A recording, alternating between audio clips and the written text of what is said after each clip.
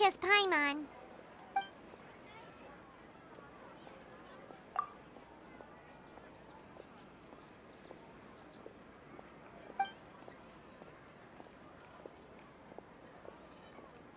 Uh-oh. Paimon's getting all teary-eyed all of a sudden. It feels like the people of Sumeru really missed their Archon. Well, seems no matter which way we try, we can't find anything that'll lead us to Lesser Lord Kusanali. Guess our only choice now is to try meeting with the researcher that Tighnari recommended. He's from Sumeru and even has a position in the academia. Maybe he'll be able to access more info from the Akasha. Let's see. Tighnari wrote an address on the letter's envelope. Oh, it's not far from the city's gate. Let's head over and have a look. Hopefully he's at... Hello, are you Rohawi? Yes, that's me. Can I help you? Great! You see, Tighnari sent us here and... What? Tighnari? Please, there's no need to say anything, really. Sure, I admit that the article I published last month wasn't my best work, and maybe the data didn't produce the most convincing results, but... Here! This is a letter from Tighnari! Oh, let me see... Oh! Ooh, what a relief. You two nearly scared the life out of me. So you two just have some questions for me? Seems even Tighnari acknowledges my innate ability for procuring information. So, what is it you two would like to know? We want to meet with Lesser Lord Kusanali. Do you know a way we can do that? You mean you want to meet the Dendro Archon herself? This isn't exactly my area of expertise, but let me see what I can find in the Akasha.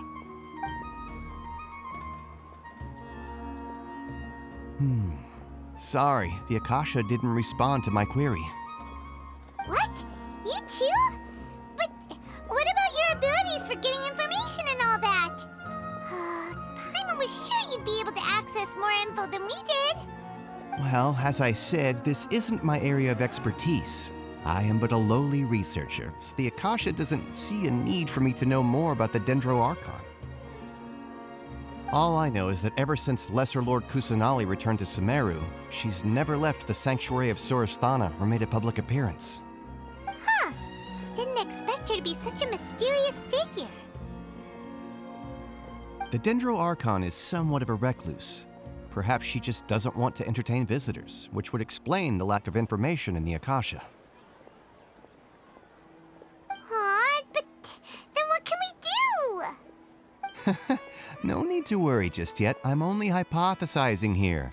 You could certainly try asking around and see if anyone else has ideas. And besides, you two should consider the bright side of things. Not being able to see Lesser Lord Kusanali may not be a bad thing. In this world, there will always be information you cannot obtain from the Akasha and things you can never accomplish. Knowing when to yield is a form of wisdom. Take me, for example. It's a miracle if my brain cells can spit out one paper every 3 years. But Tighnari? That guy can publish 3 papers in just a single year. Okay. Thanks for your advice. Don't mention it. If you two ever want information about things like who's been promoted within the academia or relations between the 6 great sages, come find me. Hey, come on! This is a survival skill at the academia. Oh, Paimon's expectations were pretty low, but this is so low it's like digging holes in the dirt. So what do we do now? Even if we want to talk to someone, we don't know anybody here. Huh? Like who? Oh, you're right! Catherine! The Adventurers Guild has its own intel network. Let's hurry and find her.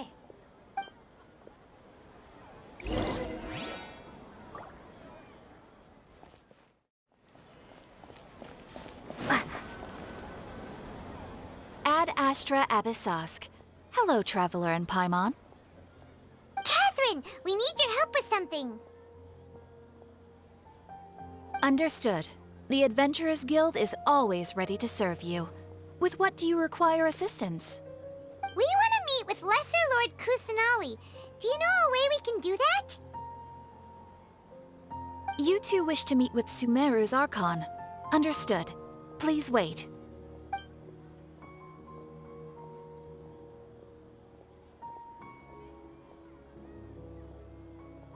I apologize, but I am unable to call up any relevant information in the Akasha. I'm also unable to locate any pertinent information in my personal memory. Aww, another dead end. Well, if Catherine can't help us, then we really don't know anyone else to ask now. Please do not worry. I may know of someone who can help you two. In Sumeru, the Adventurers Guild does not serve as the vanguard of information. Rather, there are numerous active mercenary groups collectively known as the Eremites. They take on various contracts and work all across Sumeru, so they naturally accrue intelligence. An Eremite brigade called the Corps of 30 is in charge of Sumeru City's defenses. Not only are they the oldest brigade, but they are responsible for managing and coordinating the affairs of all other mercenary brigades. Corps of 30? What a weird name. Supposedly, they are named as such because their ranks numbered 30 at their inception. Asfand, an advisor with the Corps of 30, maintains good relations with the Adventurers Guild. Though he's already retired, he and his words carry great weight within mercenary circles. If you'd like to get in contact with him, you can find him at the Corps of 30's headquarters, the Citadel of Regzar. You're welcome. I wish you two the best of luck. We look forward to your exploits in Sumeru. All right, off to the Citadel of Regzar we go!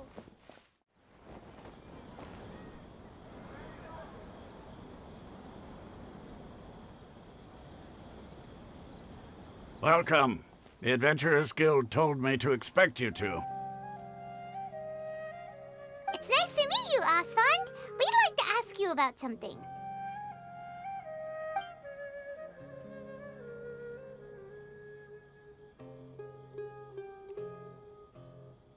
I see. So, Catherine's the one who sent you this way.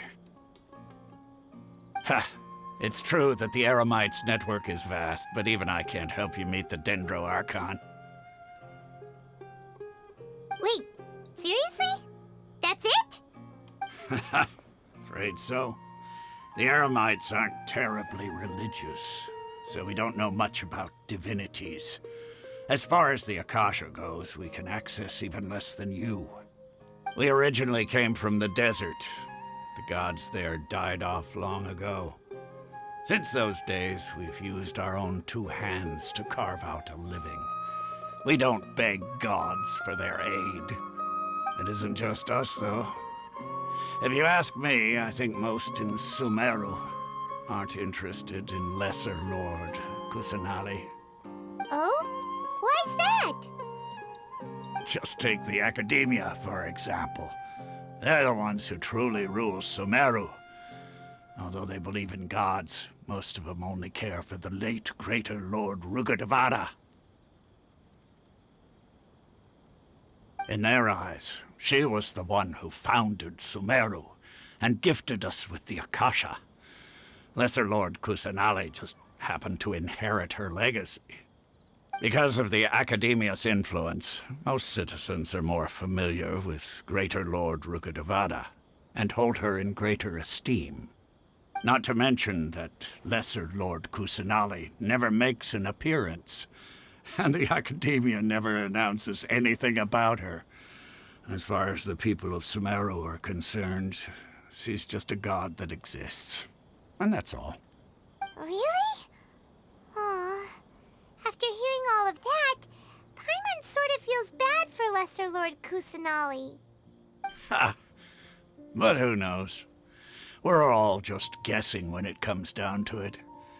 Besides, I'm sure the God of Wisdom doesn't worry about her reputation among people like us. All right. Well, thanks for the info, Asfand. No problem. Always happy to help out the Adventurers Guild.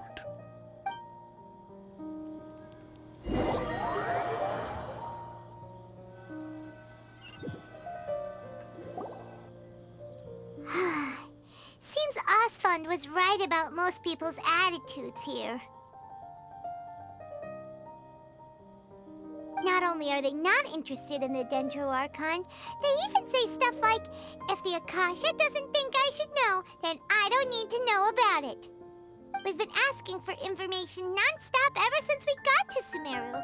But the harder we try, the more helpless everything seems. Isn't there at least one person in this entire city who cares about Lesser Lord Kusanali? Oh, you two are interested in Lesser Lord Kusanali? Huh? Who are you? From the sound of it, you two are Outlanders who recently arrived here. You've been asking around for information on Lesser Lord Kusanali, right? Oh, I'm sorry. I forgot to introduce myself. I'm Dunyarzad, one of Lesser Lord Kusanali's faithful followers. Whoa, really? Then do you know how we can meet with her? I'm afraid I can't help you with that. But your conversation earlier did happen to remind me of a legend about the Dendro Archon. Sure. It goes like this. Long, long ago, there was a man who heard a prophecy. It predicted that a great calamity was about to befall him. Panicked by what he heard, the man sought out the Dendro Archon in hopes that she would bless him with the wisdom to help him escape his predicament. The man journeyed across deserts and through rainforests and experienced tribulations of every kind. However, he still couldn't find any trace of the Dendro Archon. In despair, he thought, alas, the Archon has abandoned me. He then had no choice but to sorrowfully resign to his fate. Okay, and then what happened? And then, the calamity came. But to his own surprise, the man felt somehow emboldened by the trials of his journey. By relying on his own strength, he managed to overcome the adversity. At that moment, a bird perched upon his shoulder. This bird was, in fact, an avatar of the Dendro Archon. She said, "O Archon Seeker, do you now understand? She and her wisdom have long been found by you. Along your journey, we were in every flower and blade of grass, every ray of sparkling sun, and every breath of dancing wind." Yeah, thanks for the story! Paimon feels all warm and fuzzy inside after that. In a way, it seems like this story is also one of the Dendro Archon's avatars. Dunyarzad, since you worship Lesser Lord Kusanali, can you tell us anything else about her? Of course. So did you two know that, I'm terribly sorry, but it seems something's come up now. Let's chat another day.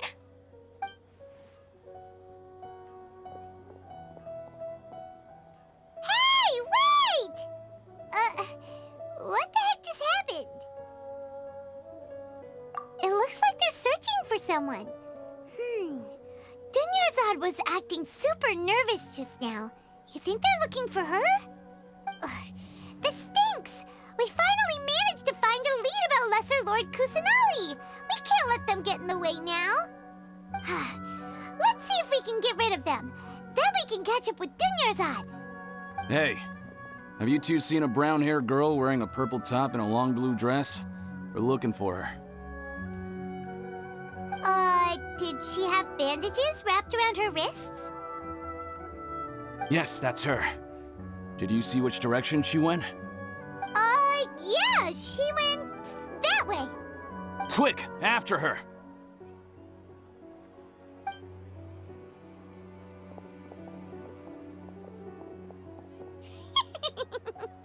That should keep him busy for a while. Let's hurry and find Dunyarzad.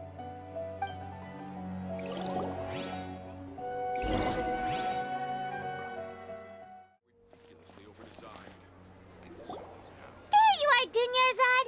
We thought you might have been long gone by now. Oh, it's you two. Oh, you startled me there. You can relax now. We threw those people looking for you off the trail. Really? Thank you so much. Unfortunately, I believe there's still more of them out there looking for me. Uh-oh, looks like there are some coming this way. Huh? More of them? Then what are we standing here for? Run! No, wait, my body isn't in the best shape. It's difficult for me to run. Okay, sounds good. There's a tavern on the other side of the port we can go to. They probably wouldn't expect me to hide in a place like that. All right, let's move out. Stay behind us. We'll keep an eye out for anyone looking for you. Trust me.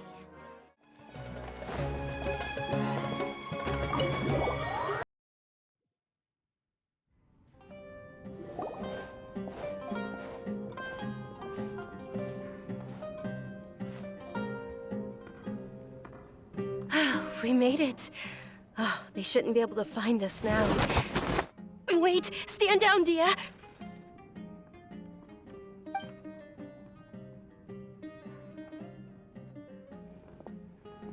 My lady, who are these two? They're travelers that I met on the street just a moment ago.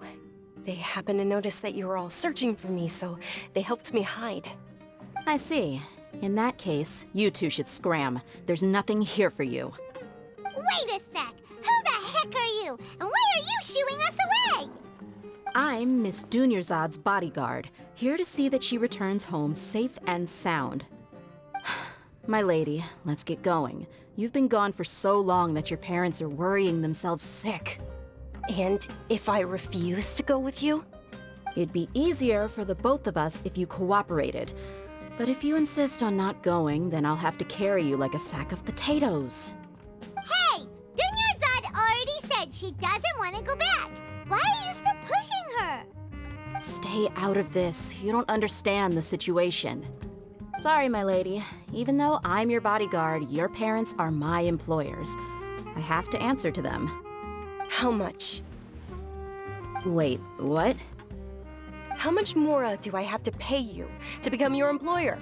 So you never listen to my parents ever again. Double? A triple? Give me some time and I'll get that much. My lady, this isn't about Mora. I don't know what you think of us Eremites, but let me say this. I like Mora, but I'll never go against my principles. That's why I'm here looking for you. Sure, it's an order from my employer, but my conscience was also telling me it's the right thing to do. And knowing your health, carelessly running around like this is gonna hurt ya. For the sake of those who love you, don't be stubborn. No, you're wrong. I'm aware of my limits and I know what I'm doing. Honestly, the only people being stubborn right now are my parents. And they know perfectly well that it makes no difference if I'm at home or not. They still won't accept reality. And every time I bring this up, they just change the subject. Dia, you've been living with us a long time already. This should be old news to you. Dia, I know it hasn't been easy for Mother and Father, and I'm grateful for everything they've done for me. But there's someone else in this world I'm also grateful to. Because she saved me. The love I have for her is the same I have for my parents. This is my life and my last chance. So I want to do something meaningful.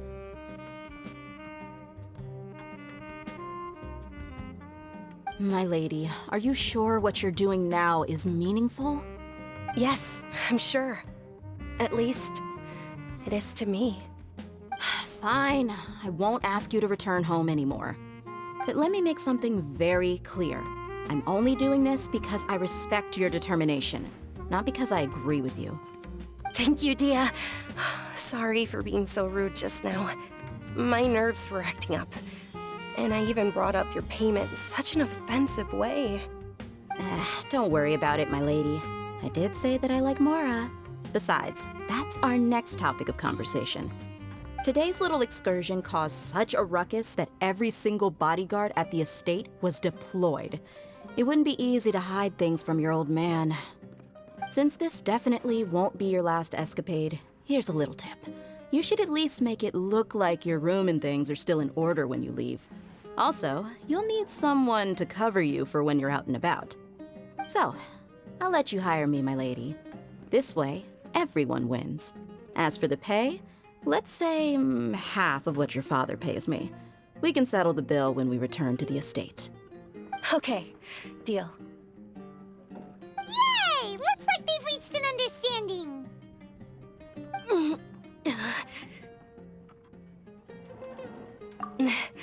I'm fine, really. I just feel a little tired now that things have calmed down. My lady, stop trying to look tough. We're already in a tavern, so let's rest up and grab some grub. I'm sorry for worrying you two. If you don't mind, I'd like for you to join us. Sure! After you rest up, we want to hear more about Lesser Lord Kusanali.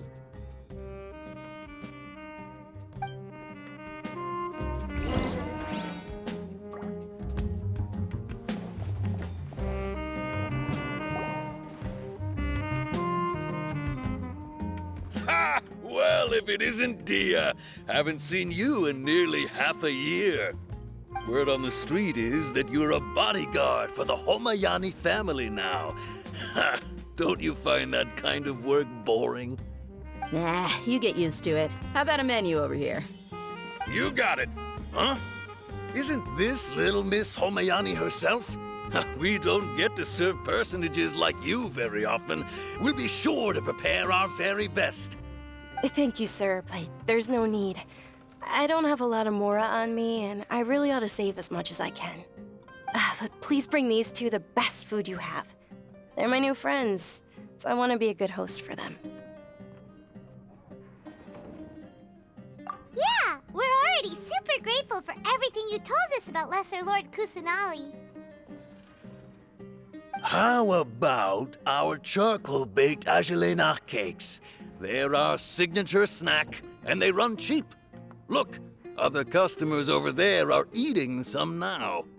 They look kind of burnt and dry. Paimon will pass. Hey, come on! Paimon has personal preferences too, you know. Dunyarzad, we asked a lot of people when we first arrived, and almost nobody was interested in Lesser Lord Kusanali. So, what made you want to follow her? Well, remember when you asked me if I knew how to meet the Dendro Archon? Even though I don't know how, I think I've actually seen her before. Huh? Really? Yes, it was when I was a child. At the time, my illness had kept me bedridden for the better part of a year. I was stuck inside and couldn't make any friends, and my parents did their best to find treatments for me. But even then, the Akasha didn't have any helpful information. My younger self no longer had any hopes or dreams. One flare-up was so bad that I was in a semi-conscious state for several days. Then one night, I woke up alone in my room. I was terrified. My body was paralyzed. Even if I cried, there was no sound. At that moment, an ethereal voice spoke in my mind. Dunyarzad, don't be scared. You don't have to cry. Dunyarzad, don't be scared. You don't have to cry. Who are you? How do you know my name? How do I explain this? You might not be able to understand, but actually, I know everything about you. Really? Of course. I know that you're scared of thunder, that you hate taking medicine every morning, and that you love counting the petals on your mom's skirt. Wow, you really do know everything. Dunyarzad, is there anything you want? Want? Not really. I can't go anywhere or do anything. Huh? But aren't you a child? All children have wishes. Tell me what you want, and maybe I can make it happen. But can you make my illness go away? Oh. I'm sorry. But I'm not powerful enough to do that right now. Then, can you be my friend? After that, the voice said, "Okay, I'll be your friend." Although my body was suffering during those days, that voice encouraged me and told me many wondrous things. Beyond my window was the flourishing Sumeru city. Beyond the city was a lush rainforest. And beyond that was the wall of Samiel, deserts, and all of Tevat. Once I finally made it through that bout of illness, I couldn't hear that voice anymore. I told my mother about it, but she said that I must have been dreaming. But I know that that voice wasn't a figment of my imagination. Before that, I had never heard of Tevat. Yes, for sure. If it weren't for that voice, I would have never grown curious about the outside world, nor would I have learned how to read and enjoy so many books. That voice sparked a desire for wisdom. It had to have been the Dendro Archon. I've been hoping for a chance to repay her kindness. In fact, I was running around today to help prepare the Sub-Zerus festival for her. What's the Sub-Zerus festival? It's Lesser Lord Kusanali's birthday, which was the day that she was found by the sages. It's actually an old holiday that originally celebrated Greater Lord Rukkhadevata's birthday.